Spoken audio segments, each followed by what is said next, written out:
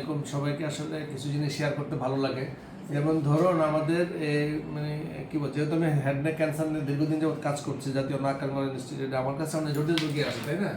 তো ঠিক তেমনই একটা রোগী আমার কাছে আসছিল প্রায় 1 বছর আগে, গত 25 সালের মানে কি বলে ফেব্রুয়ারিতে আসছিল। এই যে আমাদের ফজলু ভাই, কেমন এই ফজলু ভাই, ওনার কিন্তু এই দেখেন শরৎ হয়ে ক্যান্সার ছিল, যেটা আপনার ধরা পড়ছিল 2021 সালে, তাই না? ধরা পড়বার পরে উনি তখন ক্যান্সারের জন্য যেটাকে বলি আমরা রেডিওথেরাপি, কেমো রেডিওথেরাপি নিয়েছিল। কেমন এই কেমো রেডিওথেরাপি নেওয়ার পরে উনি 2 বছর ভালো ছিল, 2-2.5 বছর ভালো ছিল। তারপর উনি বিদেশ চলে গেল। তারপরে বিদেশ গিয়ে ওনার আবার রোগটা, এই কেমোথেরাপিটা ফেল হয়েছে। কেমন আবার রোগটা আবার রিকারেন্স হয়েছে, তাই না? অর্থাৎ এই ক্যান্সারটা আবার ফেরত আসছে। মাঝখানে সে 2 বছর ভালো ছিল। তারপরে আমার কাছে গত বছর আসলো, এসে দেখলাম যে ওনার পুরো লেভিংস প্রায় একদম মানে কি বলেন মানে নষ্ট হয়ে গেছে। কেমন আর একটা হচ্ছে যে উনি শ্বাস নিতে পারতেছিল না, এবং ওনার চরম ডায়াবেটিস ছিল, তাই না? অনেক বাড়ি নোয়াখালী না, চরম ডায়াবেটিস ছিল, মানে আনকন্ট্রোল ডায়াবেটিস। আমি ওনাকে মানে কি ডায়াবেটিস কন্ট্রোল করে তারপরে অনেক রিস্ক নিয়ে আমরা করলাম কি ওনার অপারেশনটা করলাম। দেখেন এই ওনার অপারেশনটা করে আমি এখান থেকে এই বুক থেকে মাংস নিয়ে তার এই যে শরৎথলি, এই শরৎথলিটা আমরা ফেলে দিলাম না, অপারেশন করে রিমুভ করে দিলাম, দিয়ে নতুন একটা শরৎথলি তৈরি করে দিলাম, এবং এখান থেকে মাংস নিয়ে বেঁধে দিলাম। কেমন কিন্তু এখন দেখেন মাশাআল্লাহ ওনার কিন্তু আজকে প্রায় 1 বছর, 1 বছর প্রায় 13 মাস হয়ে গেছে, 1 বছর 1 মাস। মাশাআল্লাহ আপনি ভালো আছেন না? সম্পূর্ণ সুস্থ আছেন, কিন্তু ক্যান্সার আর নাই। আমরা পরীক্ষা করেছি, ক্যান্সার কিন্তু এখন আর নাই। তাইলে এই যে অ্যাডভান্স কার্সিনোমা বা অ্যাডভান্স ক্যান্সার যেটা শরৎথলিতে হয়, যদি চিকিৎসা করা যায়, অপারেশন করলে রোগী ভালো হয়, তাই না? আপনি বলেন ভালো হয় না?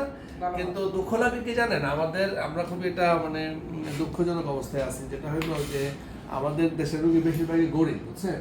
যার কারণে ওরা এই কথা বলার মেশিনটা লাগাইতে পারে না। যেমন আমি ওনার শরৎথলিটা রিমুভ করে ফেলছি, আমি যদি মেশিন লাগাই দিতে পারতাম তাহলে কিন্তু সেই মেশিনটা কথা বলতে পারতাম।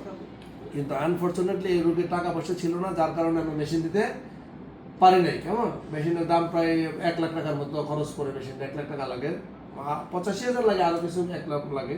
এই টাকাটা আমার ভাই জোগাড় করতে পারে না, যার কারণে উনি মেশিন লাগাইতে পারছে না। হ্যাঁ, আল্লাহ টাকা জোগাড় হোক, পরে আমি লাগাই দিব না। তবে আমি প্রিয় দর্শকদেরকে বলবো, দেখেন আপনারা দোয়া করবেন যেন আমার এই ফজলু ভাই ভালো থাকেন, এবং এই যে এই ক্যান্সার রোগীরা ভালো হইলে আমার সবচেয়ে ভালো লাগে। আপনার ভালো লাগতেছে না? আপনি সবাইকে বলেন যেন সময় মতো চিকিৎসা নেই। কেমন আর ওনার যে ক্যান্সারটা ছিল, এটা কিন্তু ধূমপান করতেন, তাই না? আগে ধূমপান করতেন না? এক সময় ধূমপান করতো।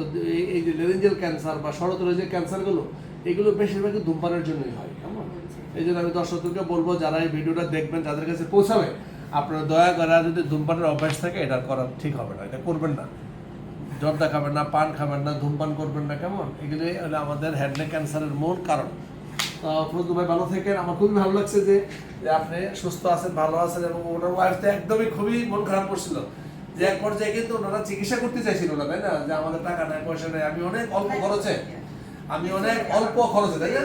একদম মিনিমাম খরচ নিয়ে আমরা ইনসাফ বারাকে কিডনিতে করে দিয়েছিলাম, তাই না? হ্যাঁ, ওরা সরকারিতেও ভর্তি হতে পারে না, তখন ইনসাফ বারাকে করছিল। তখন আর্জেন্ট ছিল, বিদেশ থাকতো, উনি আর্জেন্ট ছিল। পরে আর কি বিদেশ গেছেন না, এখান থেকে যেতে পারছে না। তো প্রিয় দর্শক সবাই ভালো থাকেন, আল্লাহ হাফেজ।